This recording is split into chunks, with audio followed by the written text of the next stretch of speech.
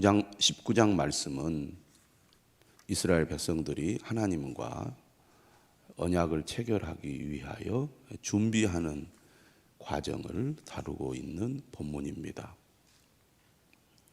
하나님께서 이스라엘 백성들을 이제 자신의 백성으로, 언약 백성으로 삼으시기 위하여 친히 하늘에서 강림하시고 이스라엘 백성들과 만나게 되는데,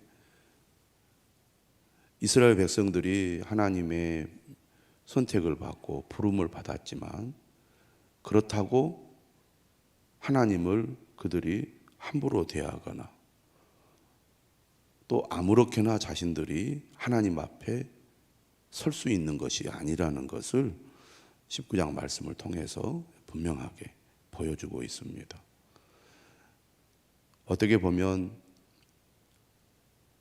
하나님의 백성으로, 또 하나님이 다스리는 나라로 이스라엘을 세우시는데, 그 시작 단계에서 이제 하나님께서 십계명을 주시고 또 그들이 어떻게 살아가야 할지 삶의 전반에 관한 법을 제정하시는 매우 중요한 순간이라고 하겠습니다.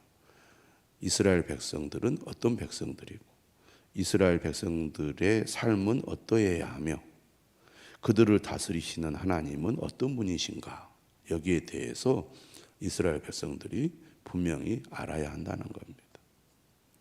하나님이 그들을 찾아오셔서 그들과 함께 하시고 그들과 동행하시고 그들을 인도하신다고 해서 그들이 하나님을 함부로 여기거나 대할 수 있는 분이 아니라는 것을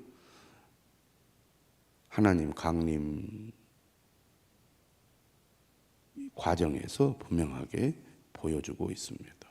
오늘 우리도 마찬가지인 것 같아요. 하나님 우리 아버지가 되시고 우리의 구원자가 되시며 우리와 함께 하시는 분이시라는 그 믿음 때문에 하나님을 우리가 가볍게 여기고 그저 동네 아저씨처럼 할아버지처럼 이렇게 하나님을 생각하는 경우가 있는데, 하나님은 결코 우리가 그렇게 함부로 여기거나 또 대할 수 있는 분이 아닙니다. 우리가 하나님을 대할 때 쉽게 생각하는 경우가 너무나 많아요. 하나님과의 약속이나 또 하나님과의 관계를 너무나 가볍게 여겨서 약속을 어기거나 또 하나님을 무시하거나 하나님을 대적하거나 하나님을 함부로 하는 그런 경우들이 얼마나 많이 있습니까? 하나님을 그렇게 여겨서는 안 된다는 것을 오늘 본문은 우리에게 다시 한번 분명하게 강조해 주고 있습니다. 이스라엘 백성들이 하나님을 그렇게 대하잖아요. 기분 좋으면 하나님을 향하여 칭찬하고 하나님을 향하여 소리를 막 높이다가도 뭔가 마음에 안 들면 하나님을 향하여 대적하고 원망하고 불신하고, 그러다가 이스라엘 백성들이 광야에서 1세대 사람들이 전부 다 죽습니다. 하나님이 어떤 분이신지를 분명히 가르쳐 주시고 보여주셨는데 그들이 하나님을 함부로 여긴 거죠. 쉽게 생각한 겁니다. 그러다가 그들이 큰 어려움을 겪게 되는데, 오늘 본문을 보면 결코 하나님은 그런 분이 아니라는 겁니다. 그들을 구원해 주시고 그들을 이 광야로 이끌어 주신 하나님, 그들이 함부로 생각해서는 안 되는 분이다. 하나님과 이제 언약을 맺어서 하나님은 이스라엘의 하나님이 되시고 이스라엘 백성들은 이제 하나님의 언약 백성이 되는데,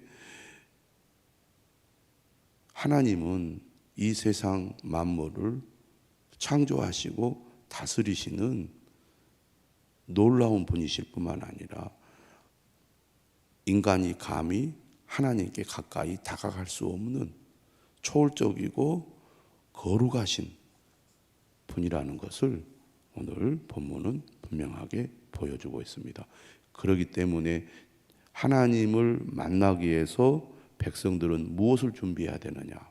모세가 직접 산에 올라가서 하나님을 만나지만 모든 백성들이 하나님을 맞이할 준비를 하고 모든 백성들이 하나님이 주시는 율법을 그들이 이제 듣고 받아 순종을 해야 되기 때문에 모세가 대표로 가서 받지만 백성들이 함께 몸가짐, 마음가짐을 해서 하나님을 만날 준비를 해야 된다는 겁니다.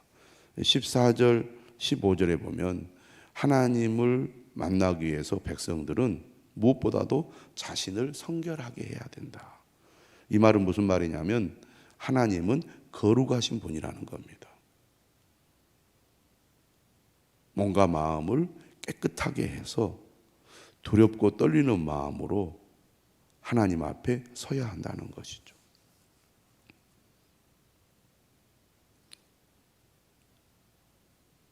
(14절은) 말합니다.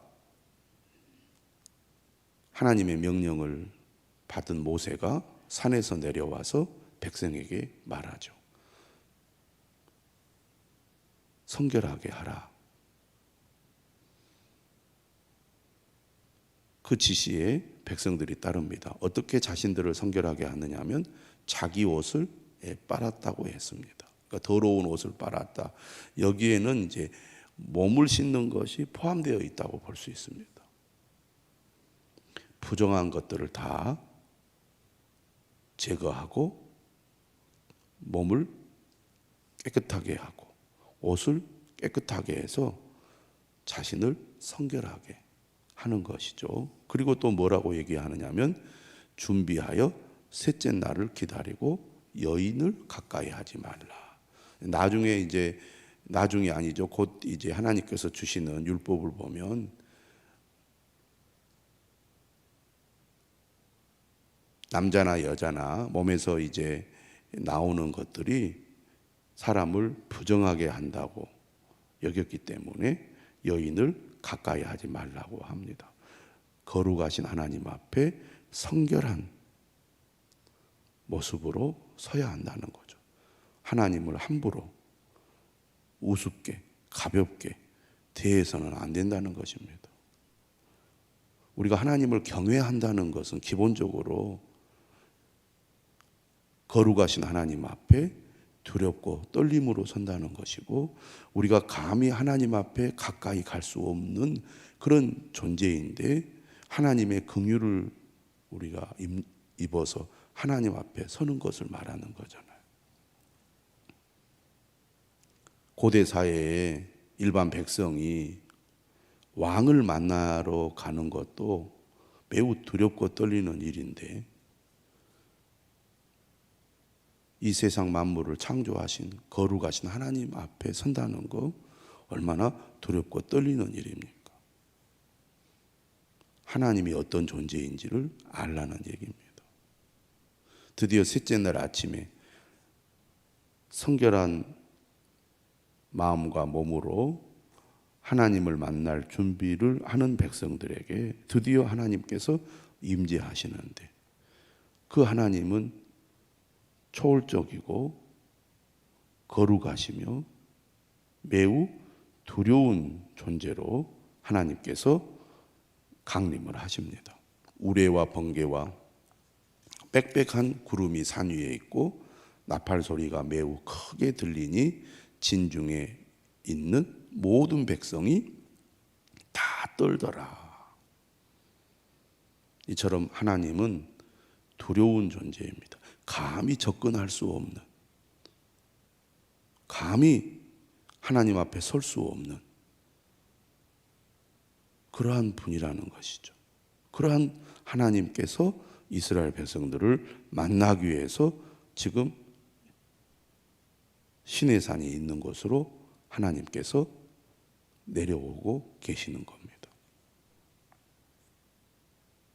17절 보니까 모세가 하나님을 맞으려고 백성을 거느리고 진에서 나옵니다. 그들이 산 기슭에 서 있는데 시내산에 연기가 자오게 했습니다. 하나님께서 불 가운데서 거기 강림하셨습니다. 마치 화산이 폭발하듯이 하나님께서 불 가운데 임하시는데 그 연기가 옹기가마 연기같이 떠오르고 온 산이 크게 진동을 했습니다. 그런 광경이 얼마나 두려운 광경이겠습니까? 과학이 발달한 이 시대에도 자연현상이 매우 심각하면 사람의 마음은 움츠러들고 두려움을 느끼잖아요. 과거 이 고대 사회에서 하나님이 이와 같이 이 웅장한 어떤 자연적 현상과 함께 강림하실 때 백성들은 두려움에 사로잡힐 수밖에 없었을 것입니다. 왕이 백성들에게 이제 등장할 때 큰 함성이 들리고 그리고 나팔 소리가 크게 울리면서 그 왕의 존재가 얼마나 위대한 존재인지를 드러내는 것처럼 그것과는 비교할 수 없는 엄청난 압도적인 그런 모습으로 하나님이 등장을 하고 있습니다. 하나님께서 그 백성들과 함께 하시고 그 백성들의 이제 주님이 되신다는 거 우리가 함부로 가볍게 그저 장난치듯이 하나님을 대해서는 안 된다는 것을 여기에서 분명히 보여주고 있습니다.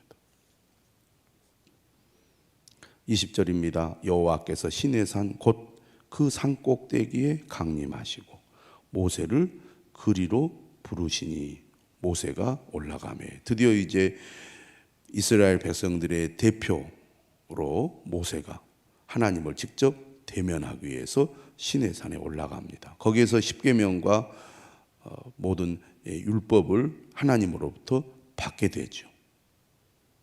그리고 그것을 백성들에게 이제 전하고 이제 하나님과 언약을 체결하게 됩니다. 모세가 이제 하나님께 올라갈 때 하나님께서 모세에게 무엇을 명령하십니까? 21절에 보니까 내려가서 백성을 경고하라.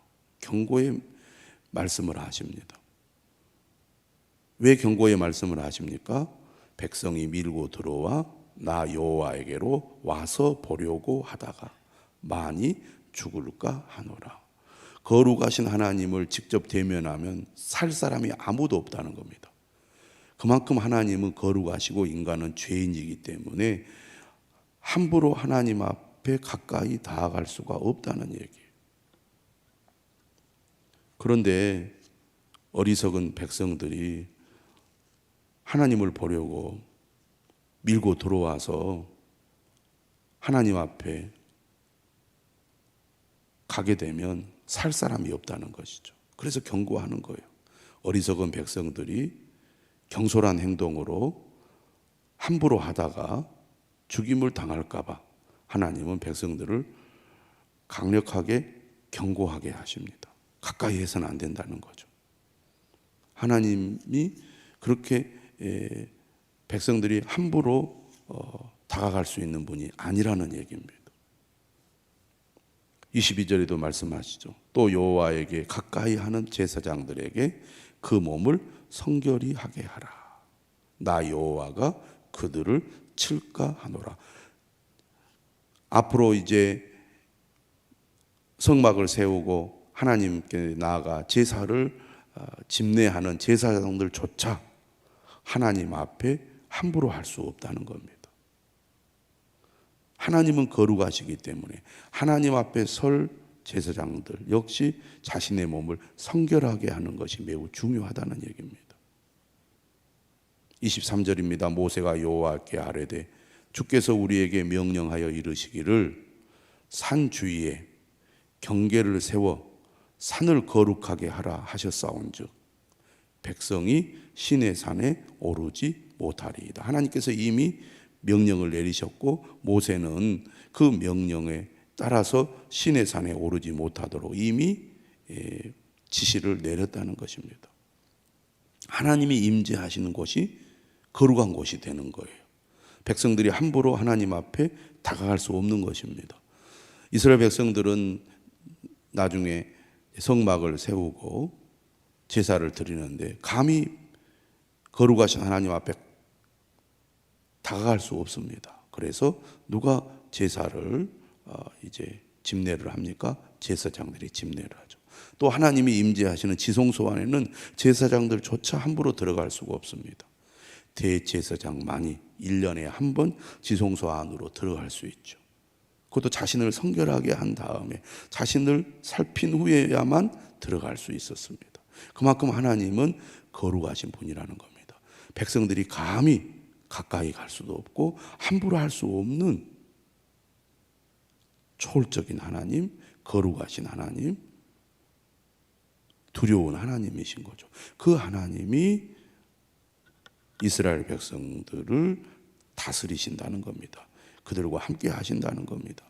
한마디로 한편으로는 영광스럽지만 한편으로는 매우 두려운 일입니다. 다시 경고하죠. 24절에 가라, 너는 내려가서 아론과 함께 올라오고. 아론은 이제 제사장이잖아요. 아론이 제사장이고 이제 그의 자녀들이 제사장 직분을 맡게 되는데 앞으로 이 가문에서 하나님과 백성 사이에 중보 역할을 해야 되는 그런 직책이기 때문에 아론을 데리고 올라오게 합니다. 그리고 제사장들과 백성에게는 경계를 넘어 나 여호와에게로 올라오지 못하게 하라. 당시 이제 제사장이라고 하면 아론의 자식들이겠죠. 내가 그들을 칠까하노라. 하나님의 이러한 표현에는 하나님의 속성이 무엇인지를 잘 보여주고 있습니다. 감히 하나님께 접근할 수 없다는 거죠. 하나님을 두려워하지 않는 자에게 하나님의 엄한 징계와 심판이 있을 거라는 겁니다. 오늘 말씀은 하나님의 속성, 하나님의 성품이 무엇인지, 특별히 하나님의 이 거룩한 성품에 대해서 강조를 하고 있습니다. 감히 함부로 가볍게 대할 수 없는 초월적이고 압도적이고 거룩하신 하나님, 그 앞에 백성들이 어떤 태도를 가지고 서야 할 것인지, 또 어떤 마음을 가지고 하나님 앞에 나가야 할 것인지를 오늘 말씀은 우리에게 잘 보여주고 있습니다. 오늘 우리는 하나님을 어떻게 대하고 있습니까? 예수 그리스도로 말미암아 우리는 하나님을 아바 아버지라고 부르고 하나님 앞에 가까이 나아가 기도할 수 있는 은혜와 특권을 받았습니다. 그럼에도 불구하고 우리는 하나님의 이 거룩하심, 그리고 우리가 하나님 앞에 함부로 할 수 없는 그런 하나님이심을 우리가 다시 한번 깊이 깨닫고 겸손한 마음으로, 두려운 마음으로 하나님의 은혜를 구하고 하나님 앞에 가까이 나아가야겠습니다. 어리석은 이스라엘 백성들처럼 하나님을 함부로 대하다가 하나님께 징계를 받는 그런 사람들이 되지 말아야 될 것입니다. 하나님을 가볍게 여겨서 하나님께 함부로 하는, 또 하나님의 말씀을 우습게 여기고 하나님의 말씀을 함부로 내팽개쳐 버리는 그런 성도가 한 사람도 없어야 되지 않겠습니까? 오늘 이 아침에 우리에게 오셔서 우리에게 말씀하시고 우리와 함께 하시는 하나님, 그럼에도 불구하고 우리는 겸손한 마음으로, 두렵고 떨리는 마음으로 하나님의 거룩하심을 깨닫고 하나님 앞에 성결한 자로 서려고 힘쓰는 우리 모두가 될 수 있기를 주님의 이름으로 축원합니다.